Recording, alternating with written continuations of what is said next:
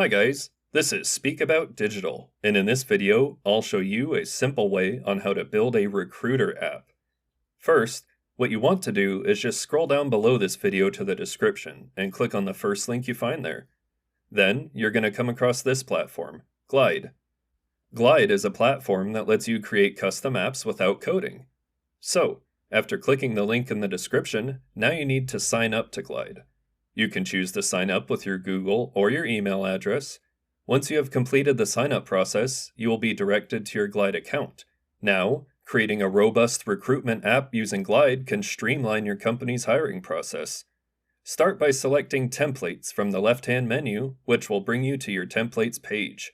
From there, proceed to the Template Store. The Template Store houses an array of templates, neatly categorized for quick access. If you have a specific template in mind, the search bar comes in handy. In this case, we're seeking a Recruiter app template, so type Recruiter in the search bar and select from the results that appear.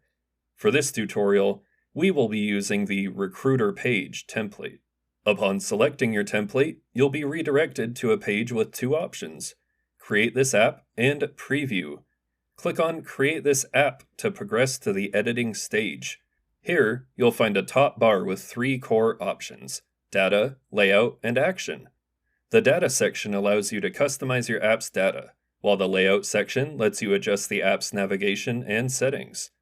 The Layout section also provides a preview of your app in both mobile and desktop modes. The Actions section is where you can create new custom workflows by combining multiple steps.